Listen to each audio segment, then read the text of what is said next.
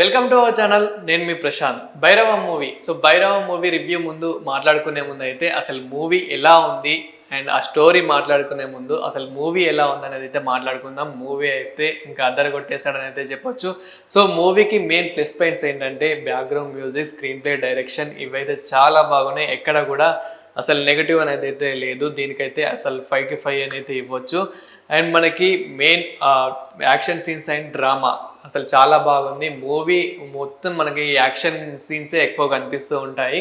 And drama కూడా చాలా బాగుంటుంది. స్టోరీ విషయానికి వస్తే మాత్రం స్టోరీ మొత్తం ముందే లీక్ చేయొద్దు కాబట్టి స్టోరీ విషయానికి వస్తే కూడా స్టోరీ అంతా చాలా బాగుంటుంది. అండ్ మూవీకి ఎక్కువ మనకి ప్లస్ పాయింట్ ఏంటంటే ఆ ఎలివేషన్స్ కానివ్వండి, ఫైటింగ్ సీన్స్ కానివ్వండి అదరగొట్టేస్తారు. మెయిన్ థింగ్ ఏంటంటే ఈ మూవీలో మనకి ఈ ముగ్గురు హీరోలు ఒకే స్క్రీన్ మీద ఒకేసారి కనిపించినప్పుడు, ఒకేసారి ఫైట్ చేసినప్పుడు మాత్రం ఇంకా హైలైట్ అనిపిస్తుంది. ఎందుకంటే మనకి మంచు మనోజ్ గారు కానివ్వండి, నారా రోహిత్ గారు కానివ్వండి చాలా గ్యాప్ అయితే వచ్చింది వీళ్ళిద్దరి మధ్య. అంటే మూవీస్కి వీళ్ళిద్దరికి అయితే చాలా గ్యాప్ వచ్చింది కాబట్టి ఇప్పుడు బెల్లంకొండ శ్రీనివాస్తో పాటు ముగ్గురు కాంబినేషన్లో, అంటే వీళ్ళిద్దరు కాంబినేషన్లో మొత్తం ముగ్గురు కాంబినేషన్లో ఈ మూవీ రావడం అనేది చాలా ఆనందకరమైనదే చెప్పొచ్చు. ఫస్ట్ ట్రైలర్ చూసినప్పుడు చాలామంది చాలా రకాలుగా ట్రోల్స్ కూడా చేయడం జరిగింది. ఆ ట్రోలర్స్ కోసమే ఈ రివ్యూ అని కూడా అనుకోవచ్చు. చాలా బాగుంది మూవీ మాత్రం. అండ్ మూవీకి మెయిన్ ప్లస్ పాయింట్స్ ఏంటి, నెగటివ్ పాయింట్స్ ఏంటని మాట్లాడుకుంటే కనుక ప్లస్ పాయింట్స్ ముందు మనం ప్లస్ పాయింట్ మాట్లాడుకుంటే కనుక ఈ ముగ్గురు హీరోలు యాక్షన్ సీన్స్ అద్దరగొట్టేస్తారు, బ్లడ్ పెట్టేస్తారు. ఎవరి యాక్టింగ్ కూడా అసలు ఇంకా యాక్టింగ్ మాత్రం ఒక ఎరగదీసేశారని చెప్పొచ్చు. అండ్ మెయిన్ ఫైటింగ్ సీన్స్ కూడా మంచు మనోజ్ గారు చేసినప్పుడు అయితే ఇంకా థియేటర్లో హవా ఉంటుంది. ఎందుకంటే మంచు మనోజ్ గారు కొన్ని రోజుల తర్వాత, అంటే after a long time comeback ఇచ్చారని కూడా చెప్పొచ్చు. దీని తర్వాత ఇప్పుడు రీసెంట్గా మనం మిరై కూడా చూసాము. ఆ ట్రైలర్లో ఎంత బాగా యాక్ట్ చేశారో, అతని రోల్ ఏంటి, అతను ఆ సీన్స్ ఏంటి అనేది అయితే మనము అందులో కూడా అసలు మనోజ్ గారికి ఒక్క నెగటివ్ కామెంట్ కూడా లేదు. అదేవిధంగా ఇప్పుడు భైరవంలో కూడా మీరు కనుక మూవీ చూడని వాళ్ళు చూస్తే కనుక మనోజ్ గారికి ఇంకా పెద్ద ఫ్యాన్ అయిపోవాల్సింది, అంత బాగా చేశారు. మరేంటి రోహిత్ గారు, అదేవిధంగా బెల్లంకొండ శ్రీనివాస్ గారు, మరి వీళ్ళ యాక్టింగ్ ఎలా ఉందని మాట్లాడుకుంటే కనుక బెల్లంకొండ శ్రీనివాస్ గారు కూడా మనకి మూవీస్ ఎక్కువ యావరేజ్గానే మనకి ఆడుతూ ఉంటాయి. కానీ ఈ మూవీతో మాత్రం పక్కా కంబ్యాక్ ఇచ్చాడని అయితే చెప్పొచ్చు. ఈ మూవీతో మంచి హిట్ కొట్టాడని అయితే అనుకోవచ్చు. అండ్ అదేవిధంగా రోహిత్ గారు, మనకి నారా రోహిత్ గారు కూడా చాలా బాగా యాక్ట్ చేస్తారు. అండ్ ఎక్కడైతే యాక్షన్ సీన్స్ ఉంటాయో వీళ్ళు ముగ్గురు కలిసి ఎక్కడైతే ఫైటింగ్ సీన్స్ చేస్తారో అసలు నెక్స్ట్ లెవెల్. ఆ ఫైటింగ్ సీన్స్ అప్పుడే మనకి ఇంకా చాలా బాగుంటుంది అనుకోవచ్చు. థియేటర్లో మంచి హవా ఉంటుంది అనుకోవచ్చు. మొత్తం యాక్షన్ సీన్సే ఉంటే మరి ఇంట్రెస్ట్ ఉంటుందా అంటే డ్రామా సీన్స్ కూడా ఉంటాయి. మనకి ఆ స్టోరీ, ఈ ఫైటింగ్ సీన్స్ అంటే ఈ ఎలివేషన్స్ అంతా కలిపితే కనుక నెక్స్ట్ లెవెల్ ఉంటుంది. అదేవిధంగా మనకి అసలు స్టోరీ ఏంటి అని మాట్లాడుకుంటే కనుక పూర్తి స్టోరీ మనం లీక్ చేయొద్దు కాబట్టి 1 వర్డ్లో చెప్పేయాలంటే కనుక ఏదైతే ఒక గుడి ఉంటుందో ఆ గుడి పత్రాలని, ఆ గుడి ఆస్తి పేపర్లని అన్నిటినీ వెతికెళ్ళాలి,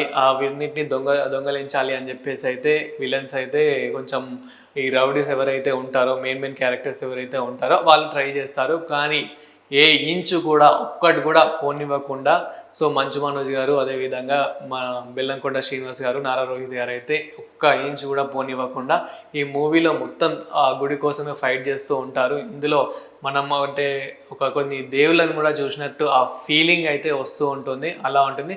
ఇక హీరోయిన్ విషయానికి వస్తే మాత్రం హీరోయిన్ కూడా తన క్యారెక్టర్కి తను న్యాయం చేసిందనే చెప్పుకోవచ్చు. తన క్యారెక్టర్ అంతంత మాత్రాన్ని ఉన్నా కానీ ఉన్నంత సేపు అయితే చాలా బాగా చేసింది. ఇంకా మిగతా వాళ్ళ క్యారెక్టర్స్ కూడా ఎవరి క్యారెక్టర్కి వాళ్ళు అయితే చాలా న్యాయం చేశారు ఇందులో. అదేవిధంగా నెగటివ్ ఎక్కడ ఉంది అని అంటే కనుక అక్కడక్కడ చిన్న మనకి సీన్స్ దగ్గర కొంచెం బోరింగ్ ఉంటుంది. ఆ బోరింగ్ సీన్స్ దగ్గర కూడా మనకి చిన్నగా కొంచెం కామెడీతో కానివ్వండి, అదేవిధంగా చిన్నగా మనకి యాక్షన్ సీన్స్తో కానివ్వండి, బ్యాక్గ్రౌండ్ మ్యూజిక్స్తో అయితే కవర్ చేసేసాడు. విజయ్ కనకమేడల గారు, ఇది విజయ్ కనకమేడల గారి డైరెక్షన్లో అయితే వచ్చింది కాబట్టి మూవీ మాత్రం చాలా బాగుంది. అదేవిధంగా కొన్ని బ్యాక్గ్రౌండ్ మ్యూజిక్లో ఆయన కొన్ని సాంగ్స్ అయితే ఉంటూ ఉంటాయి. ఏదైతే ఫైటింగ్ సీన్స్లో ఇచ్చినప్పుడు ఆ బ్యాక్గ్రౌండ్ స్కోర్ కానివ్వండి, అదేవిధంగా మధ్యలో వచ్చిన ఏవైతే 2-3 సాంగ్స్ ఏవైతే ఉన్నాయో ఆ సాంగ్స్ కూడా ఆ గుళ్ళో కొన్ని ఎలివేషన్స్ అవన్నీ తీసుకొని గుళ్ళో అయితే కొన్ని సాంగ్స్ షూట్ చేయడం అయితే జరిగింది. అది కూడా చాలా బాగుంటాయి. అంటే మనకి ఎక్కడ కూడా బోర్ కొట్టకుండా ఇప్పుడు మనకి ఒక మంచి హిట్తోనే వచ్చారని అయితే చెప్పొచ్చు. ఇంకా ఈ మూవీతో పాటు ఇప్పుడు రీసెంట్గా ఇంకా కొన్ని మూవీస్ అయితే ఉన్నాయి మనకి జూన్ 5న కానివ్వండి, అదేవిధంగా మనకి సో ఈ భైరవ్ మూవీతో పాటు ఇప్పుడు ఇంకొన్న మూవీస్ కూడా వస్తున్నాయి. మన పవన్ కళ్యాణ్ గారు నటించిన హరిహర వీరమల్లు. సో ఈ మూవీ కోసం కూడా చాలా మంది అయితే వెయిట్ చేస్తున్నారు. ఓకే, ఈ మూవీ కోసం మనం ఈ మూవీ హరిహర వీరమల్లు పక్కన పెడితే కనుక సో భైరవ మూవీ మరి పిల్లలతో చూడొచ్చా అని అంటే కనుక యాక్షన్ మూవీస్ అయితే చాలా ఉన్నాయి. ఇందులో నరుక్కోవడం కానివ్వండి, ఇందులో ఫైటింగ్ సీన్స్ అనేటివి చాలా ఉన్నాయి కాబట్టి సో బెటర్ టు అవాయిడ్, అంటే కొంచెం పిల్లల్ని అవాయిడ్ చేస్తేనే బెస్ట్. కానీ స్టోరీ పరంగా తీసుకెళ్తే మాత్రం చాలా బాగుంది. స్టోరీ మాత్రం ఒక గుళ్ళో ఒక కొంచెం డిఫరెంట్గా ఇది తమిళనాడుకు చెందిన ఒక స్టోరీ అని కూడా చెప్పుకోవచ్చు. అందుకే మొత్తం చెప్పొద్దు కాబట్టి స్టోరీ. సో స్టోరీ పరంగా వెళ్తే మాత్రం స్టోరీ బాగుంది. ఆ స్క్రీన్ ప్లే, ఎలివేషన్స్, డైరెక్షన్ అంతా బాగుందని అయితే చెప్పుకోవచ్చు. మెయిన్ బ్యాక్గ్రౌండ్ స్కోర్ మాత్రం చాలా బాగుంది. ఇందులో నాకు మెయిన్గా నచ్చింది ఏంటంటే మన మంచు మనోజ్ గారు చేస్తున్న యాక్టింగ్ సీన్స్ కానివ్వండి, అతను మాట్లాడుతున్నప్పుడే మంచి గూస్ బాంబ్స్, అంటే మంచి ఫైరింగ్గా మాట్లాడటము, యాక్టింగ్ కొన్ని సీన్స్ దగ్గరనే మిగతా వాళ్ళే కొంచెం ఓవర్ టైప్ అనిపించింది. బట్ మంచు మనోజ్ గారు, రోహిత్ గారు ఎప్పుడైతే ఎంటర్ అవుతారో, వీళ్ళ ముగ్గురిని ఎప్పుడైతే స్క్రీన్ మీద చూస్తామో అప్పుడైతే చాలా బాగుంది అనుకోవచ్చు. ఒక మనం ఫ్రెండ్స్తో వెళ్తే మాత్రం పక్కా ఎంటర్టైన్మెంట్ అయితే మనైతే అనిపిస్తుంది ఈ మూవీ చూస్తే కనుక. అదేవిధంగా డైరెక్షన్ విషయానికి వస్తే కనుక విజయ్ కనకమేడల గారికి ఇది ఒక మంచి కంబ్యాక్ మూవీ అని కూడా అనుకోవచ్చు.